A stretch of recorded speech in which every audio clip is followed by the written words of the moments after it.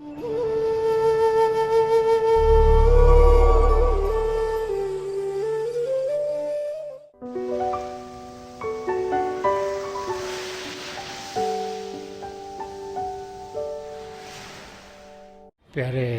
बुजुर्गों, माताओं, भाई और बहनों, रूहानियत एक शिष्य और उसके सद्गुरु का प्रेम, आत्मा का परमात्मा में मिलन,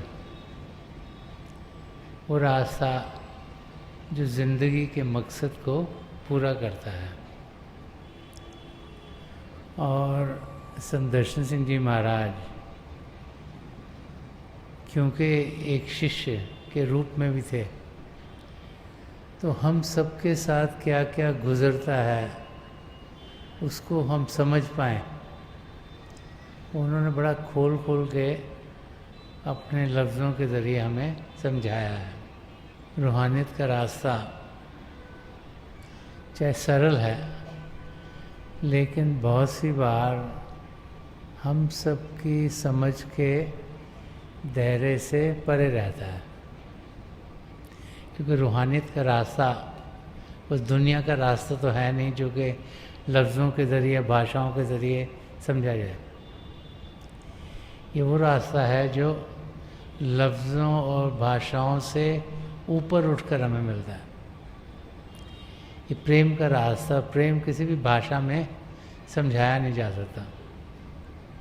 और ये प्रेम सिर्फ दुनिया के प्रेम का ही नहीं, ये आत्मा का प्रेम परमात्मा से जो सूक्ष्म है,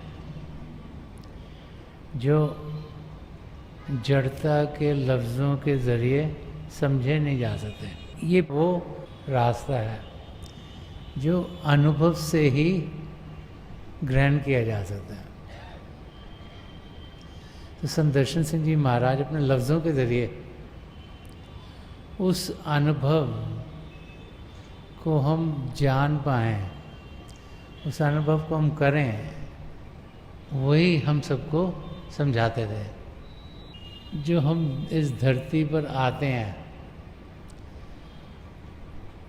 तो हम सबकी इच्छाएं, तमन्नाएं होती हैं कि हमें ये मिल जाए तो हम खुश होंगे, हमें वो मिल जाएगा तो हमारी ज़िंदगी बेहतर होगी, अगर यहाँ पर हम चले जाएंगे तो हमारे साथ ये होगा।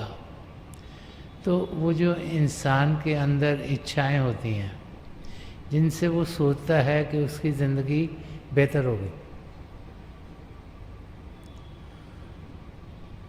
तो वो सारी इच्छाएं कैसी होनी चाहिए और उनकी पूर्ति कैसे होगी। अगर इच्छा हो कि मैंने डॉक्टर बनना है, या मैंने इंजीनियर बनना है, या मैंने लॉयर बनना है, या अकाउंटेंट बनना है, तो उसके लिए इंसान कई साल मेहनत करता है, तब जाके वो उस पद को पाता है। और फिर ये नहीं कि जब वो पद पा लिया तो इच्छाएं ख़त्म हो गई, कुछ और इच्छाएं शुरू हो जाती हैं।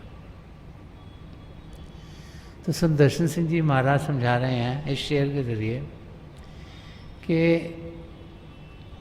जितनी भी इच्छाएं,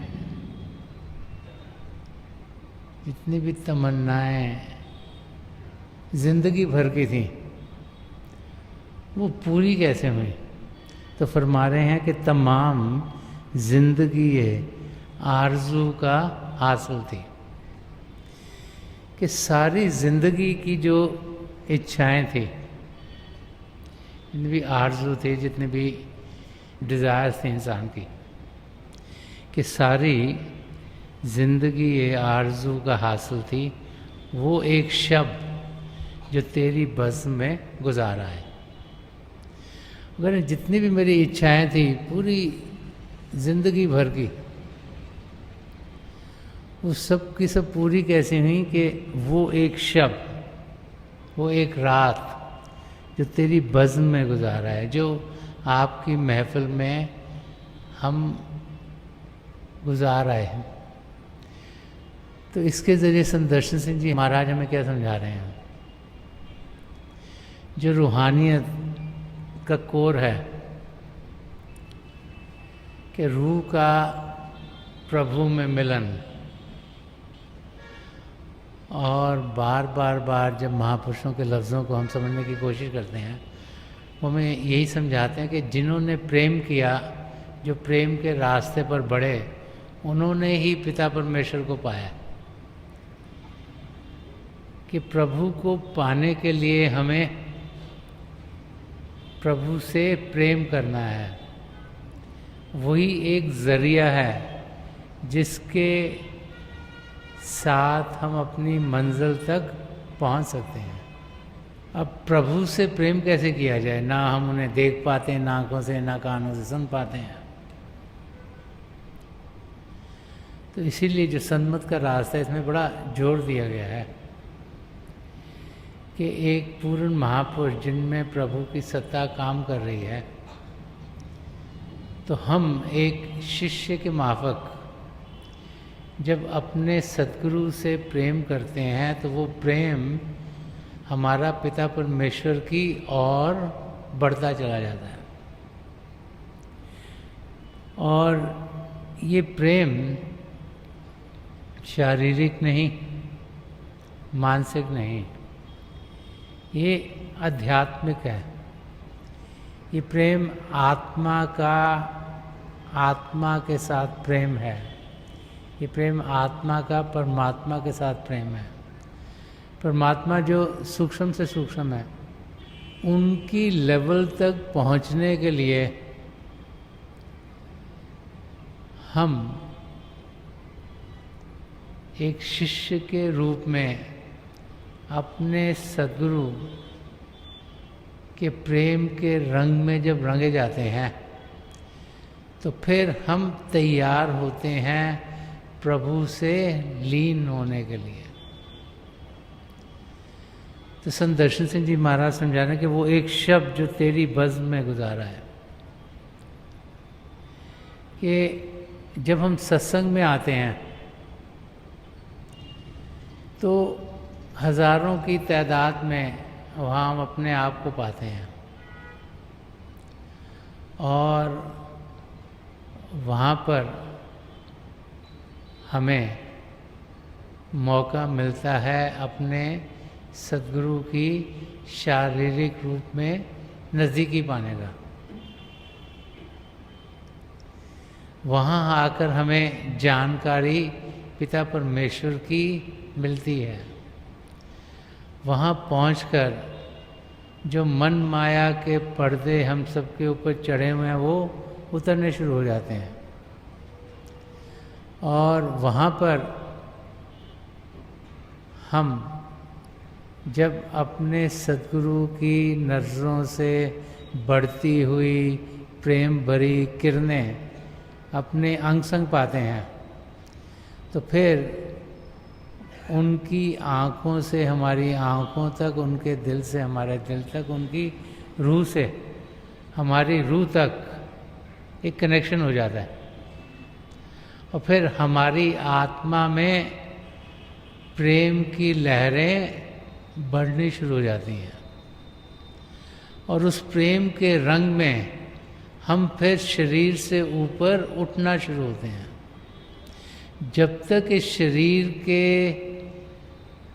साथ जुड़े रहेंगे, तब तक असलियत क्या है उसकी हमें जानकारी नहीं होगी। जब तक इस शरीर से ऊपर उठेंगे नहीं, तब तक पिता परमेश्वर की झलक हमें मिलेगी नहीं।